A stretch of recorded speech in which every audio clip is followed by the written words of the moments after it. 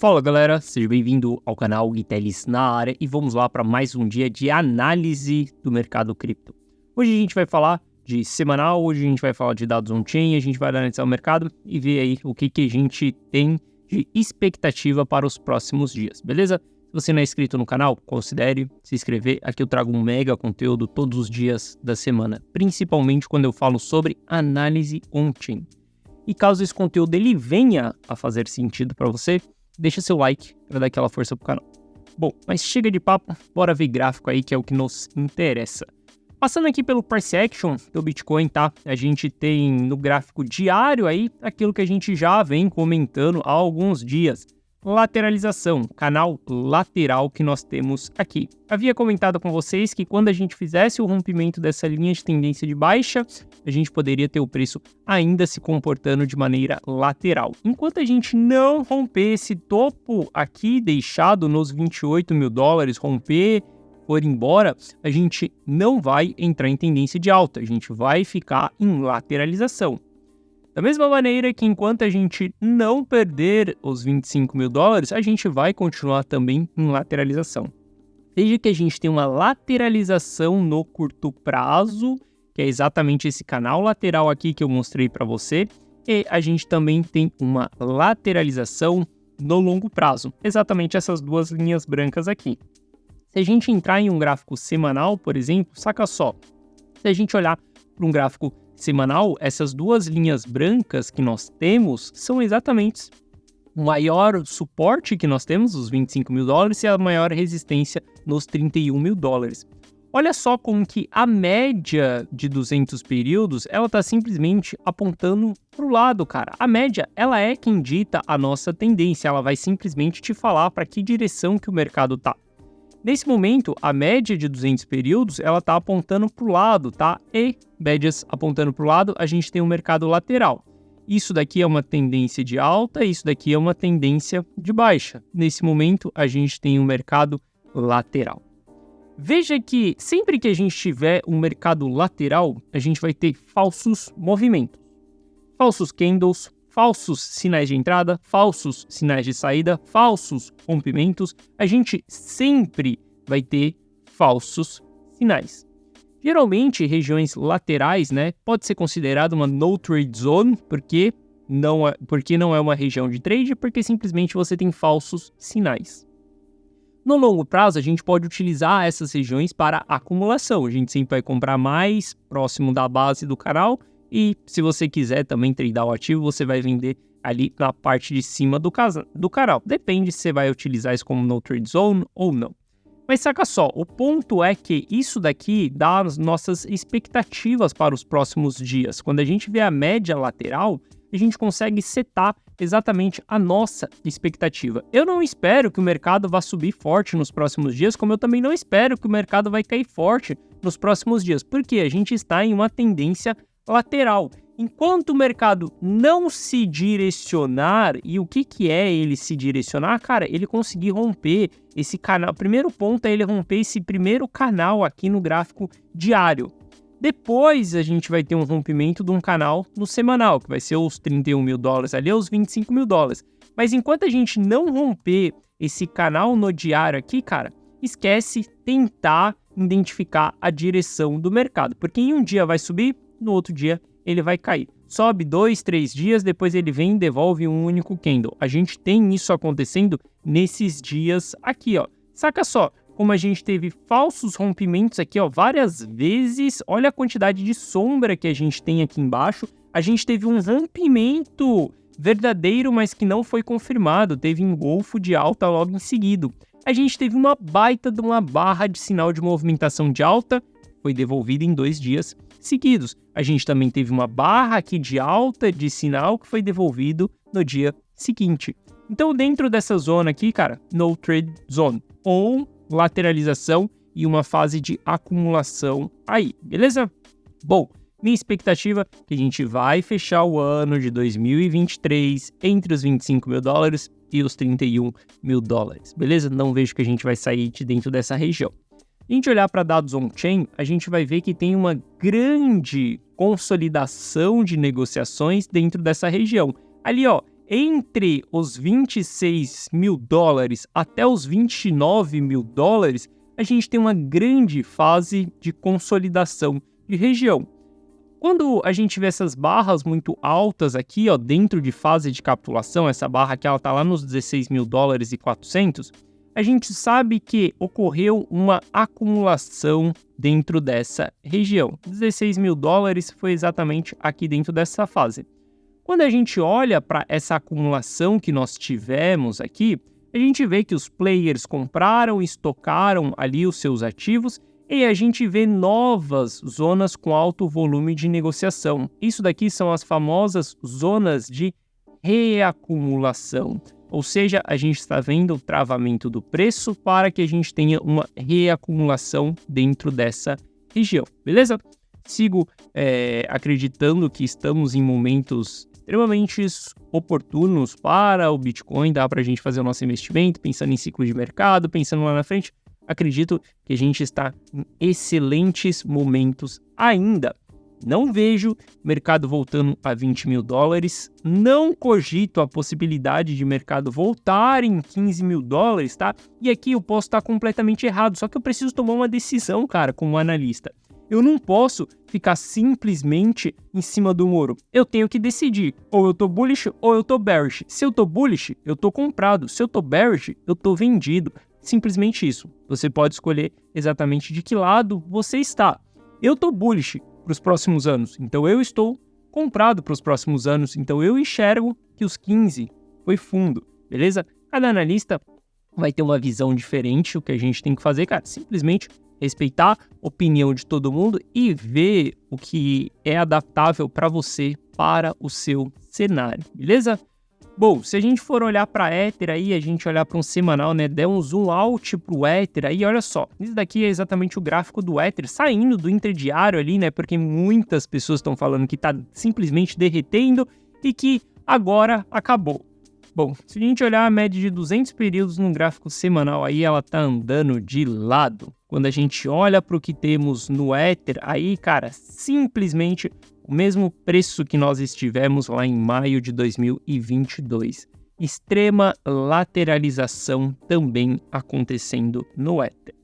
Não estamos em franca tendência de baixa, que foi isso daqui, destruição do preço do ativo, mega valorização do preço do ativo, não estamos em nenhum desses dois movimentos. Estamos simplesmente lateral aí, beleza? Às vezes é importante a gente dar um zoom out do gráfico para sair ali do interdiário. Pô, você está operando no day trade, por exemplo, cara, está gráfico de 1 hora ali, você vê grandes barras, grandes movimentações. E quando você vai para um gráfico semanal, é tudo na mesma. Sua carteira não se valoriza, sua carteira nem entra no prejuízo. Simplesmente fica estagnada durante um longo período. Quem está comprando aí Ether, por exemplo, desde o ano passado, desde maio, cara, vai ver que se você comprou ao longo de todo esse período, sua carteira está no mais do mesmo. Não só para Ether, mas Bitcoin não, né? Porque a gente tinha ele mais ali em 22 mil dólares, hoje está um pouquinho mais acima aí, beleza? Então, durante essas fases, são períodos chatos, mas são períodos de aportes aí que nós temos. Bom, se a gente for puxar alguns dados on-chain aí, você pode usar o Look into Bitcoin, que é um site 100% gratuito, tá? Você não precisa assinar a Glassnode nem a Sentiment, eu assino essas plataformas, você me vê usando muito essas plataformas, mas eu quero mostrar para vocês como é possível também fazer isso de maneira gratuita, tá? Olha só, se a gente olhar para as moedas destruídas, exatamente nos dados on-chain, a gente vai ver que as moedas destruídas são moedas que têm idades baixas. O que isso quer dizer? Aqui esse indicador ele vai pegar uma relevância, tá? Quantidades de moedas, quanto tempo ela foi movimentada, se é de ciclo ou se não é de ciclo, se é uma moeda muito velha, por exemplo, e a quantidade daquele ativo. A gente vê que grandes distribuições são feitas no topo, né? Geralmente moedas ali entre 3 anos, mais ou menos 2 anos, são moedas de ciclo, né? Elas são muito destruídas em topo de mercado. A gente não tem grandes destruições, tá, de moedas nesse período. A gente teve destruições de moedas um pouco para trás, quando a gente estava ali nos 30 mil dólares, mas eu já trouxe uma análise para vocês. Não sei se eu falei isso aqui dentro do YouTube ou se eu falei isso dentro da comunidade on-chain. A gente consegue analisar também e ver qual que é a idade dessas moedas, e a gente consegue ver quando elas foram compradas. E essa fase que nós tivemos aqui foi uma fase de zona dos arrependidos, tá? Olha só, se a gente olhar para o aglomerado aí, tá? Aqui tem um indicador que ele me mostra a fase de idade. Então, se for vermelho ali, a gente já tem moedas mais antigas, sinal de alerta. Amarelo ali, mais ou menos, ao menos que esteja subindo muito. E verde são moedas do curto prazo.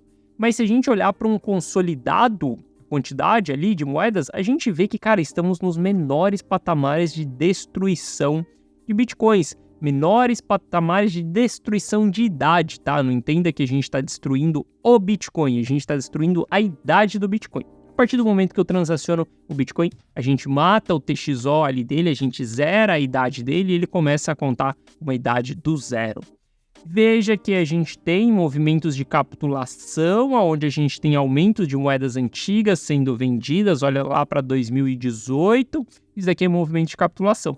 Como em topo também a gente tem grandes distribuições dessas moedas. Nesse momento, cara, as moedas não estão sendo destruídas. A gente tem mais pessoas pensando em acumulação nesse momento do que em venda. E por que tem mais pessoas pensando em acumulação do que em venda?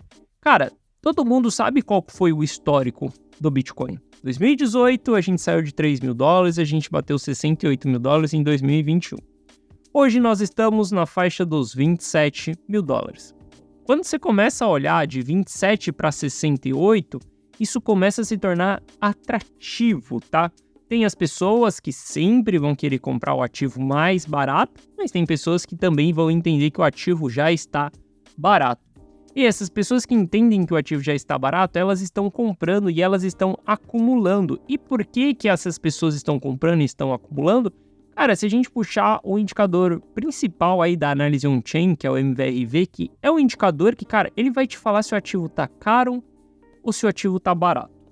Se a gente estiver próximo dessa zona vermelha, o ativo tá caro. Não queira comprar essa parada próximo da zona vermelha nem a pau, cara, porque você vai estar pagando a conta. Queira comprar essa parada próximo da zona verde aqui embaixo. E veja só, hoje quando a gente olha pro MVRV, nós não estamos na melhor fase de compra, na fase mais barata. Essa fase é dentro da capitulação, tá? Mas ainda nós estamos em fase barata, aonde os players enxergam isso. Se você tem minimamente uma instrução para fazer uma análise e entender se o preço do ativo tá bom ou não, você vai chegar em uma conclusão que os $27.000 já é um preço bom. Pô, Gui, mas pode chegar mais barato? Sim, cara, sempre pode. Sempre você vai poder comprar uma casa mais barata do que ela tá. Você sempre vai poder aproveitar uma oportunidade melhor do que a oportunidade que você tem diante da sua frente. Só que você nunca pode ser zoião. Se você for zoião, você nunca vai conseguir aproveitar a oportunidade nenhuma. Porque saiba que quando você vê uma casa barata, vai ser uma oportunidade ali em um curto espaço de tempo, onde outras pessoas também vão ver essa oportunidade. E alguém vai comprar essa casa caso você não compre essa casa. Então, olhando para isso, olhando para oportunidades, a gente vê que o Bitcoin ele está em zona de oportunidades. Pode se tornar mais barato? Pode. Então, simplesmente tenha uma estratégia, seja um estrategista e pense, cara, se cair mais, o que eu faço? O que eu vou fazer? Vou comprar mais? Não vou comprar mais? Vou simplesmente esperar? Não vou esperar? Você consegue tomar sua decisão estrategicamente, tá? Mas o ponto é, nessa zona que nós estamos, ele está barato, beleza? Se ele está barato nessa região, eu compro, eu acumulo. Algo muito bullish que aconteceu ao longo de todo esse ciclo aí, mesmo durante a queda, é a saída de bitcoins de dentro das exchanges. A gente sabe aí bastante, cara, que vai ter a institucionalização para o próximo ciclo e é muito louco, porque todo o ciclo do Bitcoin, ele demandou uma narrativa.